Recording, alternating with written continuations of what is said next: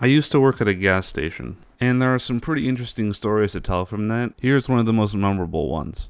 So I come in on like my third to last day of work, and I'm in the back grabbing cigarettes to bring up to restock the front before the morning shift closes up their registers and I have to open up mine. And this guy comes in and starts complaining to one of the people working the registers. And I come up to the front with the cigarettes, and I start doing my thing, restocking the cigarettes, and this guy had become a little bit extra upset.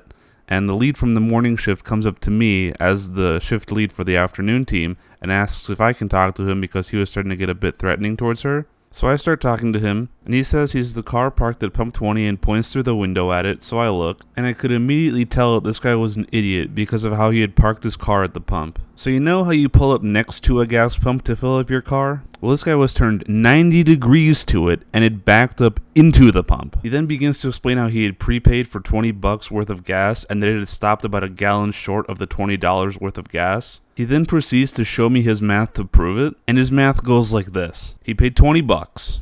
So $20 multiplied by $3.42, which was the price of a gallon of gas at the time.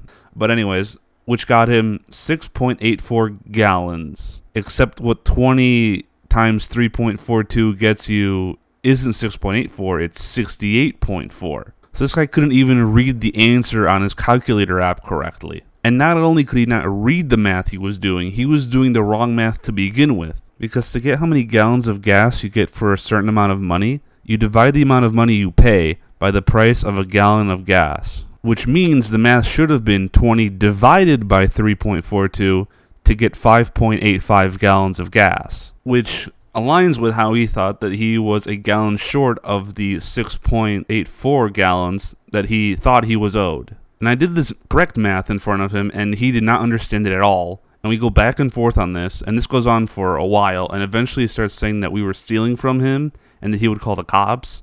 And of course I said, go ahead, do it. And eventually he leaves, and by that point, it was like an hour and a half into my shift. It took that long before he left.